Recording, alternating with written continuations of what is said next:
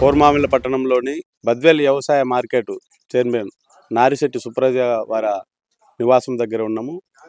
బద్వేల్ నియోజకవర్గంలోని వ్యవసాయ మార్కెట్ సంబంధించిన విషయాలపై ఆమెతో కొన్ని మాటలు తెలుసుకునే ప్రయత్నం చేద్దాం. అందరికీ నమస్కారం. బద్వేల్ నియోజకవర్గ ప్రజలకి, కార్యకర్తలకి, నాయకులకి, ముఖ్యంగా ప్రతి రైతుకి అందరికీ కనుమ శుభాకాంక్షలు. ఈరోజు మేము మార్కెట్ యార్డుగా ఈ మధ్య రీసెంట్గా ప్రమాణ స్వీకారం చేయడం జరిగింది. నేను ప్రజలకు ఇది నాకు ఈ బాధ్యత, ఈ పదవి అనేది నాకు బాధ్యతగా నేను స్వీకరించి ప్రజలకు మంచి చేసే విధంగా నేను ముందుకెళ్తాను. వ్యవసాయ మార్కెట్ కొన్ని పనులు జాప్యం జరిగినాయి. అట్లా ఉపమండలం కోర్మామిల్లోని వ్యవసాయ మార్కెట్ అది మధ్యలోనే ఆగిపోయిందని విషయం ప్రజలందరూ చెప్తున్నారు.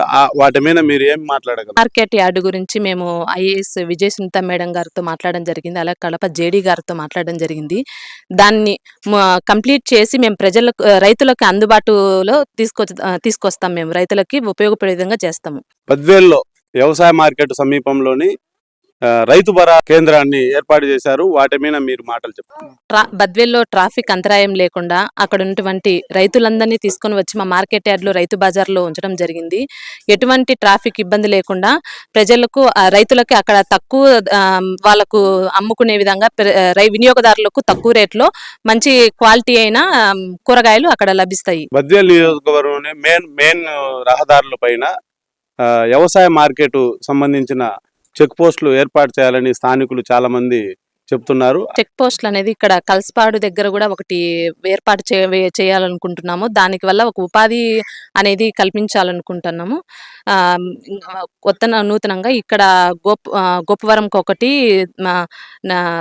తొట్టిగారిపల్లె దగ్గర ఇంకొక, ఇక్కడ పోర్మాయిల దగ్గర మొత్తం 3 ఉన్నాయి. ఇంకొకటి కల్స్పాడు దగ్గర మేము ఏర్పాటు చేయాలనుకుంటున్నాము. ప్రస్తుతం వ్యవసాయం పరంగా మద్దతు ధరలు లేక రైతులు చాలా ఇబ్బంది పడుతున్నారు. పండిన పంటను సకాలంలోనే వాళ్ళు అమ్ముకోలేక ఇబ్బంది పడుతున్నారు. వాటి మీద మీరు 2 మాటలు చెప్పండి. ధరల పట్టిక అనేది, ప్రభుత్వం నుంచి వచ్చిన ధరల పట్టిక అనేది రైతు భరోసా కేంద్రంలో డిస్ప్లే చేయడం జరిగింది.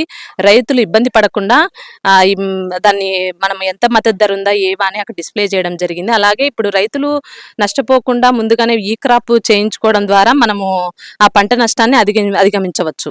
రైతులకు ఎరువులు అనేది కొరతందని గత వైసీపీ ప్రభుత్వంలో బాగానే నడిచేదని వాళ్ళు ఆరోపణ చేస్తున్నారు. వైసీపీ వాళ్ళు చెప్పిన మాటలను మీరు ఖండించే విధంగా రైతులకు ఎరువులు సకాలంలో అందించే ప్రయత్నం చేస్తున్నారనేది మనకు మేము పర్యవేక్షణ చూస్తూ వెళ్తూ ఉంటాము. మొన్న రీసెంట్ గా మేము ఇక్కడ ఎరువులు డిస్ట్రిబ్యూషన్ చేసే కార్యక్రమంలో కూడా పార్టిసిపేట్ చేయడం జరిగింది. ఎరువులు అనేది అందుబాటులో మనకు ఉన్నాయి. 18 నెలలు అవుతుంది.